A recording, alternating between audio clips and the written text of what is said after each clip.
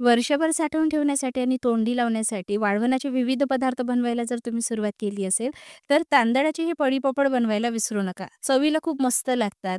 सुकल्यानंतर असे काचेसारखे पारदर्शक आणि पातळ होतात. तेलात घातल्यानंतर आकाराने तिप्पट फुलतात आणि तोंडात टाकताच विरघळून जातात. बघू शकता हा पापड आकाराने फुलून तिप्पट चौपट झालेला आहे. पाण्याच्या योग्य प्रमाणासहित तांदळाचे हे पळी-पापड परफेक्ट कसे बनवायचे, हे या व्हिडिओमध्ये बघू. या रेसिपी स्किप न करता शेवटपर्यंत नक्की बघा. तर इथे मी हा ग्लास घेतलेला आहे. या ग्लासनी मोजून मी 3 ग्लास तांदूळ रात्रभर पाण्यामध्ये भिजत घातलेले होते.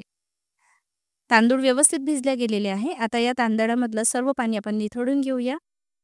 तुम्ही हे प्रमाण ग्लासनी मोजून घेऊ शकता किंवा एखाद्या वाटीनी, कटोरीनी सुद्धा मोजून घेऊ शकता. पण पाण्याचं प्रमाण सुद्धा त्याच वाटीनी आणि त्याच कटोरीने तुम्हाला मोजून घ्यावं लागेल, हे मात्र लक्षात ठेवायचं.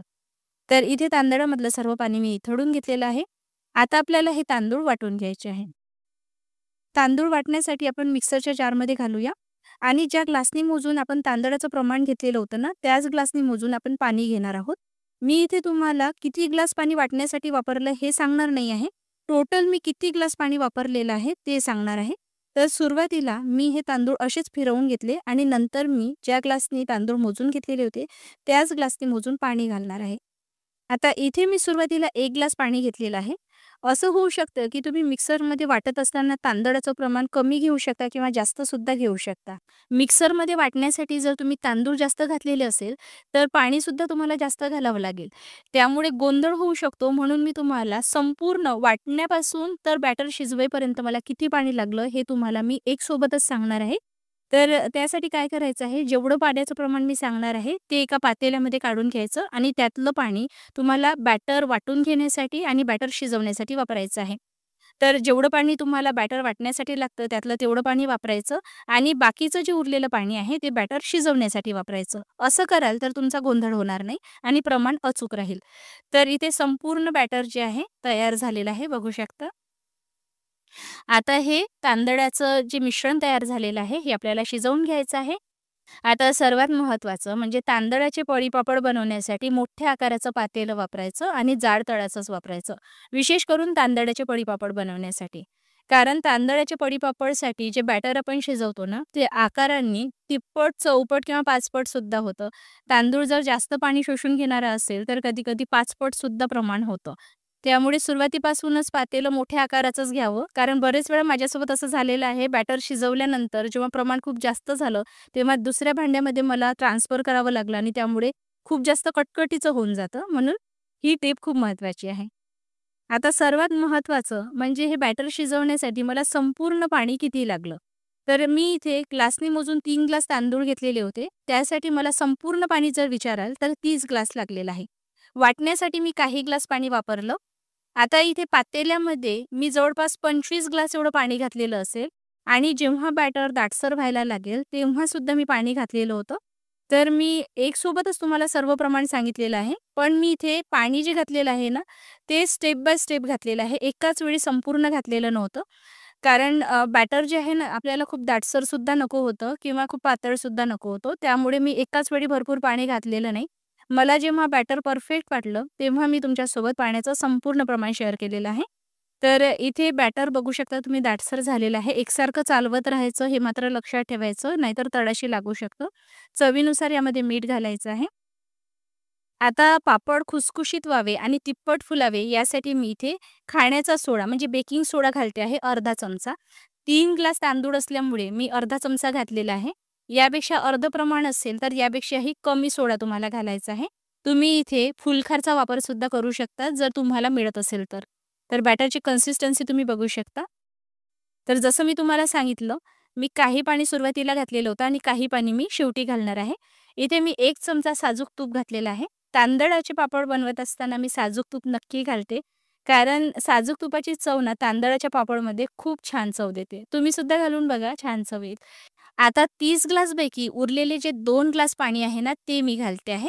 आतापर्यंत मी 28 ग्लास पाण्याचा वापर केलेला होता. शेवटचे जे उरलेले 2 ग्लास पाणी होतं, ते मी घातलेलं आहे. म्हणजे 1 ग्लास तांदूळासाठी आपल्याला 10 ग्लास पाण्याचा वापर करायचा आहे. पण लक्षात ठेवायचं बॅटर शिजवल्यानंतर जे पाणी आपण घालणार आहोत, ते उकळलेलं, कडकडीत गरम असलेलंच पाणी वापरायचं आहे. आता हे बॅटर शिजवण्यासाठी मला संपूर्ण वेळ किती लागला तेही सांगते.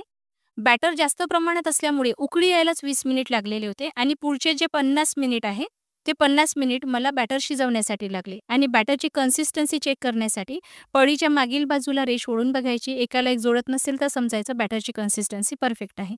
तसंही मी तुम्हाला इथे पाण्याचं योग्य प्रमाण सांगितलेलं आहे. पण पाण्याचं जे प्रमाण आहे ना, ते तांदूळ नवीन आहे की जुनं आहे यावर अवलंबून असतं. तुम्ही जर जुना तांदूळ वापरला असेल, तर तुम्हाला पाण्याचं प्रमाण 1 ते 2 ग्लास जास्तही लागू शकतं. नवीन तांदूळ असेल, तर 2 ग्लास पाणी कमीही लागू शकतं. तर तुम्ही कन्सिस्टन्सी बघून यामध्ये पाण्याचं प्रमाण कमी जास्त करू शकता. फार काही फरक पडणार नाही. 1 ते 2 ग्लासचा फरक पडू शकतो. यामध्ये आता तुम्हाला हवं असेल, तर तुम्ही लाल मिरची पावडर घालू शकता. नाही घातली तरीही चालणार आहे. तर हे जे पळी-पापड मी घालते आहे ना, ते सावलीत घालते आहे आणि प्लास्टिकवर घालणार आहे. त्यामुळे मी हे बॅटर पूर्णपणे गार करून घेतलेलं होतं. प्लास्टिकवर पळी-पापड घालत असताना ही काळजी तुम्हाला नक्की घ्यायची आहे. कारण गरम-गरम बॅटर जर तुम्ही प्लास्टिकवर घालणार असाल ना, तर प्लास्टिक वितळून जाऊ शकतं आणि त्याचबरोबर प्लास्टिकमध्ये काही विषारी तत्व असतात. ते गरम बॅटर घातल्यामुळे पळी-पापडमध्ये सुद्धा येतात, जे आरोग्यासाठी हानिकारक सुद्धा ठरू शकतं. आता तुम्हाला हे पळी-पापड प्लास्टिकवर न घालता कॉटनच्या बेडशीटवर घालायचे असेल, तर तुम्ही त्यावर सुद्धा घालू शकता आणि ऊन छान येत असेल, तर उन्हामध्ये सुद्धा हे पळी-पापड तुम्हाला घालता येईल. बरेच जणांचा असा प्रॉब्लेम असतो, की ऊनच येत नाही. म्हणून मी हे पळी-पापड सावलीत कसे बनवायचे हे दाखवलेलं आहे. पण तुमच्याकडे ऊन येत असेल, तर उन्हामध्येच कॉटनच्या बेडशीटचा वापर करून तुम्ही हे पळी-पापड बनवू शकता.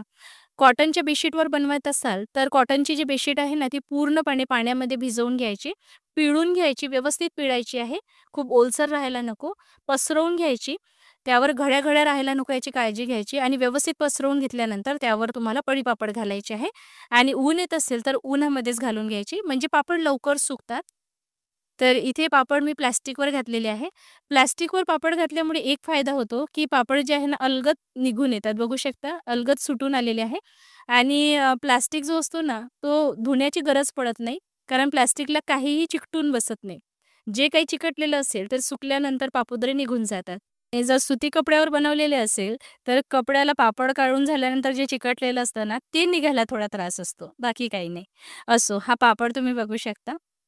पापड काढून झाल्यानंतर मी 2 दिवस उन्हामध्ये मस्त सुकवून घेतलेला होता. अगदी काचेसारखा पारदर्शक आणि पातळ दिसतो आहे. आता पापड तेलात तळून बघूया. पापड अगदी पातळ असल्यामुळे ना, खूप कडकडीत गरम तेलामध्ये तळू नका, नाहीतर हलकासा पिवळट होऊ शकतो, जसा माझा झालेला आहे. अगदी कमी गरम तेलामध्ये तळायचा आहे. हा खुसखुशीत पापड इथे तयार झालेला आहे. नक्की रेसिपी ट्राय करून बघा. आवडली असेल तर लाईक, शेअर करून चॅनलला सबस्क्राईब करा. लवकरच भेट होईल. तोपर्यंत व्हिडिओ बघण्यासाठी तुमचे मनःपूर्वक आभार. धन्यवाद.